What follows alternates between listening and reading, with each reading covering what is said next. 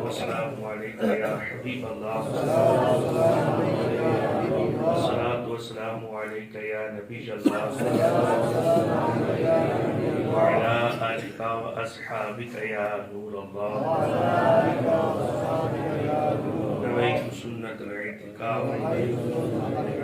ہمارے مصطفیٰ صلی اللہ تعالیٰ علیہ وآلہ وسلم کہ جو بندہ میری ذات پر ایک مرتبہ درود پاک پڑھتا ہے، اللہ رب العزت اس پر 10 رحمتوں کا نزول فرماتا ہے۔ صلو علی الحبیب صلی اللہ تعالی علی محمد صلی اللہ تعالی علیہ وآلہ وسلم۔ آج کا ہمارا موضوع ہے وضو کا طریقہ۔ انشاءاللہ وضو کے حوالے سے آج گفتگو کریں گے۔ نبی کریم رؤوف الرحیم صلی اللہ تعالی علیہ وآلہ وسلم آپ کا فرمان ارشاد ہے وضو کے حوالے سے کہ جو بندہ بسم اللہ شریف کہہ کر وضو کرے گا، اس کا سر سے پاؤں تک جو ہے وہ اس کا پورا جسم پاک ہو جائے گا، اور جو بسم اللہ شریف کہے بغیر پڑھے بغیر جو وضو کرے گا اس کا اتنا جسم پاک ہوگا جتنے پہ پانی گزرا۔ تو بسم اللہ شریف پڑھ کر جو ہے بندے کو وضو کرنا چاہیے، اور بسم اللہ شریف کے ساتھ ایک دعا بھی ہے۔ اگر بندہ وضو سے پہلے وہ دعا پڑھ لے تو جتنی دیر تک وہ بندہ باوضو رہے گا تو فرشتے اس کے لیے نیکیاں لکھتے رہیں گے۔ وہ دعا بھی بالکل چھوٹی سی ہے، بالکل آسان سی، وہ میں آپ کو بتا دیتا ہوں، آپ 1-2 مرتبہ دہرا لیں، پھر انشاءاللہ وہ یاد رہے گی۔ بالکل چھوٹی سی دعا ہے، بسم اللہ والحمدللہ، بسم اللہ والحمدللہ۔ یہ تو ایسی تسبیح کے کلمات ہیں جو ہم عمومی طور پر پڑھتے رہتے ہیں۔ یہ اگر ہم پڑھ لیں گے تو جتنی دیر تک وضو رہے گا فرشتے ہمارے لیے نیکیاں لکھتے رہیں گے۔ تو یہ ضرور بھی ضرور بندے کو چاہیے کہ وضو سے پہلے اس کو پڑھ لے۔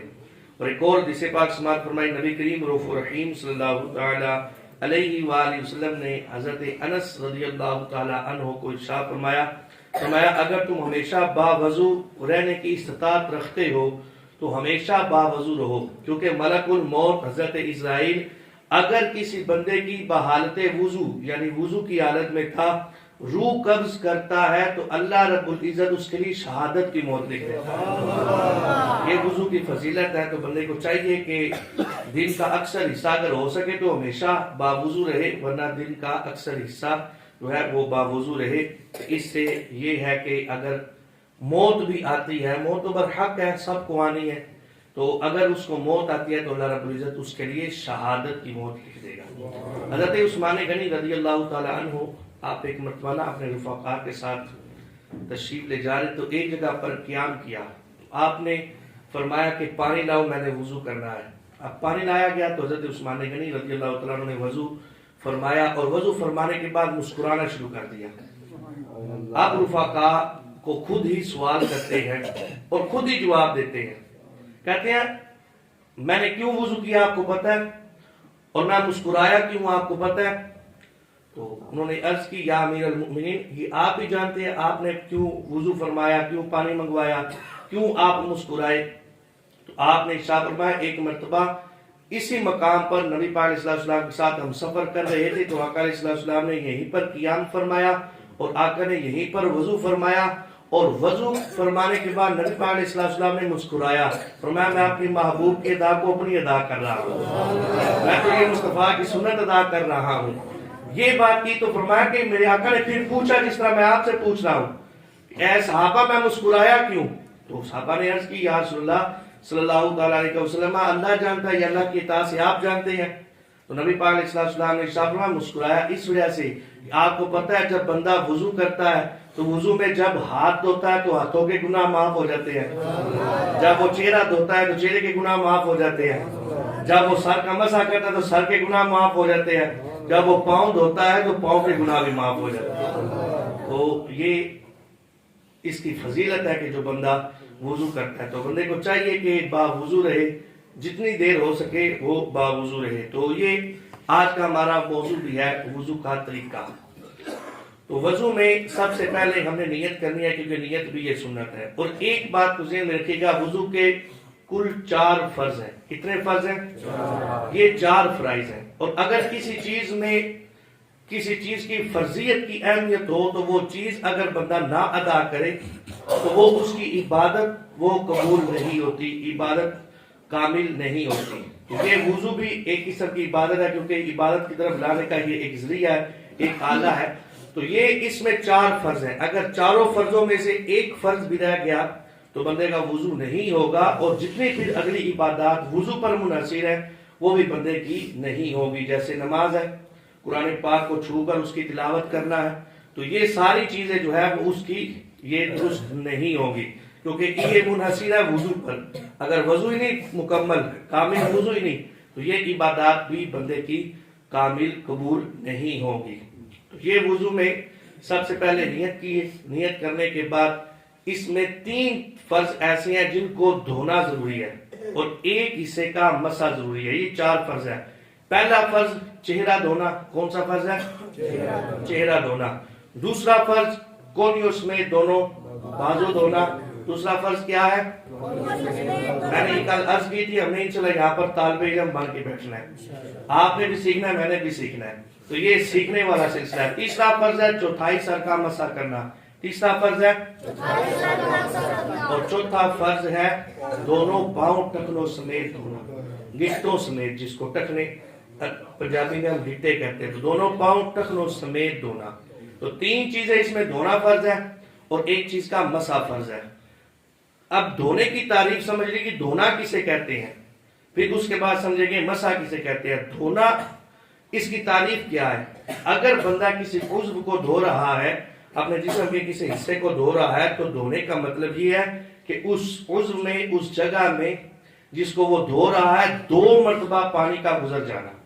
مثال کے طور پر میں یہ انگلی دھوتا ہوں، اب اس انگلی کے ہر حصے پر، ہر جگہ پر، اس کے دائیں بائیں اوپر نیچے ساری جگہ پر 2 مرتبہ پانی گزرے گا تو اس کو دھونا کہلائیں گے. 1 مرتبہ پانی گزرنے کو دھونا نہیں کہلائیں گے، وہ دھونا نہیں شمار ہوگا. دھونا اس وقت شمار ہوگا جب اس جگہ سے 2 مرتبہ پانی گزر جائے گا. پھر اس میں اگلی بات، اگر اس انگلی کا ایک پورا یہ دھلنے سے رہ گیا تو یہ انگلی کا دھونا کہلائے گا ہی نہیں، کیونکہ یہ پورا رہ گیا. اب اس سے سمجھئے کہ 3 چیزیں وضو میں دھونی فرض ہیں. اب اگر یہ جو 3 چیزیں دھونی ہیں اس میں سے ایک بال یا بال کے برابر، یا اس سے بھی آسان سمجھ لیں کہ ایک سوئی کے ناکے کے برابر اگر کوئی جگہ سوکھی رہ گئی تو وہ اس کا فرض ادا نہیں ہوگا. مسح کسے کہتے ہیں؟ مسح کہتے ہیں کہ تر ہاتھ کا اس جگہ پر رکھ دینا، یا اس تر ہاتھ کا اس جگہ سے گزار دینا، اس کو مسح کہتے ہیں. تو یہ دونوں چیزیں ہم نے سمجھ لی، دھونا بھی سمجھ لیا اور مسح کو بھی سمجھ لیا. اب آ جائے پہلا فرض، وہ ہے چہرہ دھونا. اب چہرے کی مقدار کتنی ہے، چہرہ کسے کہتے ہیں؟ جب چہرے کی مقدار کا پتہ چلے گا تو پھر پتہ چلے گا کہ اس کو دھونا ہے. اب دھونے میں چہرہ ہے، چہرے کی مقدار کیا ہے؟ یہاں سے یہ پیشانی کے بال شروع ہوتے ہیں، یہاں سے لے کر ٹھوڑی کے نیچے تک، اور ایک کان کی لو سے دوسرے کان کی لو تک. اب یہ پورا چہرہ ہے، اس چہرے کو دھونا فرض ہے. یعنی اس چہرے میں سے اگر کوئی بھی جگہ بال یا بال کے برابر بھی سوکھی رہ گئی تو وضو کا یہ فرض ادا نہیں ہوگا. عمومی طور پر ہوتا کیا ہے، ہم نے وہ عادت کے مطابق ہاتھوں میں پانی لیا، 2 مرتبہ جو ہے وہ 3 مرتبہ اس طرح پانی مارا، اس کے بعد ہم نے سمجھ لیا کہ ہمارا فرض ادا ہو گیا. اگر کوئی بال یا بال کے برابر جگہ بھی سوکھی رہ گی تو یہ فرض ادا نہیں ہوگا. اور بعض دفعہ تو لوگ وضو کر رہے ہوتے ہیں، ساتھ والے کا غسل بھی ہو رہا ہوتا ہے، وہ اتنی زور سے منہ پہ پانی مارتے ہیں، خود وضو کر رہے ہوتے ہیں اور ساتھ والے کا پھر ساتھ غسل بھی ہو رہا ہوتا ہے.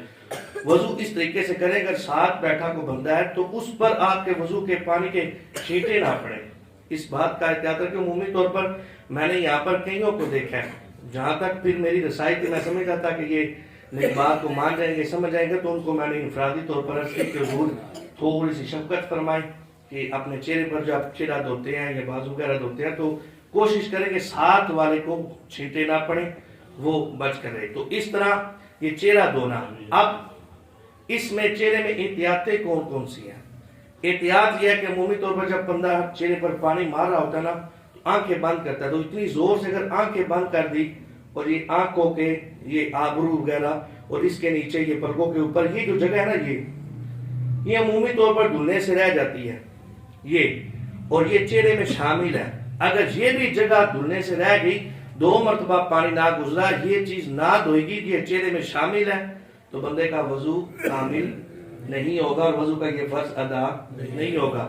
اسی طرح اگر ہونٹ ہے، وہ ہونٹوں کو دبا لیتا ہے، یہ ہونٹ جو ہے یہ چہرے میں شامل ہے، اگر یہ ہونٹ بھی نہیں دھلتے تو پھر بھی اس کا وضو والا یہ فرض ادا نہیں ہوگا. اس کے علاوہ عمومی طور پر جن کی داڑھی ہے ان کے لیے بھی، جن کی نہیں بھی ان کے لیے بھی، یہ کان پٹی اور یہ داڑھی کے جو بال ہیں ان کے درمیان کی جو جگہ ہے نا، یہ عمومی طور پر دیکھا جاتا ہے کہ یہ جگہ سوکھی رہ جاتی ہے. بندہ جب وضو کرتا ہے نا تو ادھر سے تو ہاتھ گزر گیا، 2 مرتبہ پانی گزر گیا، یہ جگہ عمومی طور پر سوکھی رہ جاتی ہے. اور اگر یہ بھی جگہ سوکھی رہ گئی تو یہ بات میں رکھے گا کہ یہ دھونا نہیں کہلائے گا چہرے کا، اور آپ کا یہ وضو والا فرض ادا نہیں ہوگا. اس بات کا خیال رکھنا ہے کہ ہم نے یہ جگہ بھی دھونی ہے. وضو کرتے وقت چہرہ کو اس طرح دھونا ہے کہ جتنی جگہ دھونے میں شامل ہے نا اس پہ ہاتھ پھر رہے ہیں اچھے طریقے سے. یہ آنکھوں میں بھی، یہ ناک بھی، یہ کانوں کی کان پٹی کے ساتھ بھی، یہ ساری، یہ ہونٹ بھی، یہ مونچھوں کے نیچے بھی، یہ سارا، تاکہ سارا دھویا جائے. اگر نہیں دھویا جائے گا تو وہ وضو نہیں ہوگا. پھر اس کے بعد جن کی داڑھی ہے، داڑھی اگر تو گھنی ہے، یعنی اتنی گھنی داڑھی ہے کہ نیچے سے کھال نظر نہیں آ رہی، جلد نظر نہیں آ رہی، اور بہت زیادہ گھنی داڑھی ہے، تو اس کا پھر جلد دھونا ضروری نہیں ہے. اوپر سے اگر بال بھی دھو لے گا تو اس کا وضو ہو جائے گا. اگر جس کی داڑھی گھنی نہیں ہے، ہمارے یہاں پر عمومی طور پر داڑھی اتنی گھنی کسی کی بھی نہیں ہے، تو جن کی داڑھی گھنی نہیں ہے تو وہ نیچے جلد بھی دھوئیں گے کہ جلد کا دھونا ان کے لیے فرض ہے. یہ بات ذہن میں رکھیے گا. جلد اگر نہیں دھوئیں گے، بالوں کی جڑ تک اور یہ جلد پر اگر پانی نہیں پہنچے گا تو وضو نہیں ہوگا، کیونکہ یہ فرض جو ہے دھونے سے رہ گئے. اب جن کی داڑھی بڑی ہے، بڑی داڑھی میں آپ دیکھ لیں کہ دھونا کتنا فرض ہے. یہ داڑھی کو اس طرح کرے نا، اس طرح، تو یہ جتنی چہرے کے حلقے کے دوران بال آ رہے ہیں نا، یہ گھنی داڑھی کا حکم بیان کر رہا ہوں. جتنے چہرے کے مقدار میں یہ داڑھی کے بال آ رہے ہیں نا، ان بالوں کا دھونا فرض ہے. اور اگر گھنی نہیں ہے، ہمارے یہاں پر عمومی طور پر الا ماشاءاللہ کسی کی گھڑی داڑھی ہو لیکن گھنی داڑھی نہیں ہوتی، عمومی طور پر بال کھال نظر آ رہی ہوتی ہے، تو ان میں جلد کا دھونا یہ فرض ہے. جب داڑھی ہو اچھے طریقے سے ہاتھ ماریں گے تو یہ داڑھی کے نیچے بھی جلد تک جو ہے وہ پانی پہنچ جائے گا. تو اگر گھنے ہیں تو بالوں کا دھونا، اگر داڑھی گھنی نہیں ہے تو جلد کا دھونا یہ کیا ہے؟ فرض کا درجہ رکھتا ہے. پھر اس میں بعض کی داڑھی کئی جگہ پر گھنی ہے، کئی جگہ پر گھنی نہیں ہے، تو جہاں پر داڑھی گھنی ہے وہاں کے بال کا دھونا، اور جہاں پر گھنی نہیں ہے وہاں پر جلد کا دھونا یہ فرض ہے. یہ تھا پہلا فرض. اب اس کی احتیاطیں بھی میں نے عرض کر دی کہ ہم نے جب وضو کرنا ہے تو اس بات کا خیال رکھنا ہے، اگر بال یہاں بال کے برابر بھی جگہ سوکھی رہے گی تو وضو نہیں ہوگا. دوسرا فرض ہے کونیوں سمیت دونوں بازو دھونا. اب عمومی طور پر ہوتا کیا ہے کہ بازو تو دھوئے جاتے ہیں لیکن یہ کونیوں والی جگہ نا ادھر سے یہ سوکھی رہ جاتی ہے. بندے نے آگے کیا، ادھر سے پانی گزر گیا تو یہ جگہ سوکھی رہے گی. تو یہ بات ذہن رکھیے گا، کونیوں سمیت دھونا بازو یہ فرض ہے. اگر کونی نہیں دھلی یا کونی کے ایک بال کے برابر بھی جگہ سوکھی رہے گی تو یہ فرض ادا نہیں ہوگا، وضو بھی کمپلیٹ نہیں ہوگا، کامل نہیں ہوگا. پھر یہ انگلیوں کے درمیان بھی عمومی طور پر جگہ جو ہے وہ سوکھی رہ جاتی ہے تو انگلیوں کا خلال کر لیں. کہ خلال کرنا بھی سنت ہے. میں نے تو کہا تھا یہ فرض بیان کرنے کے بعد میں مکمل وضو کا طریقہ بیان کروں گا، لیکن ٹائم اس بات کی اجازت نہیں دیتا تو میں ابھی ساتھ ساتھ عرض کر دیتا ہوں. داڑھی کا خلال بھی سنت ہے اور انگلیوں کا خلال بھی سنت ہے ہاتھوں پاؤں کی.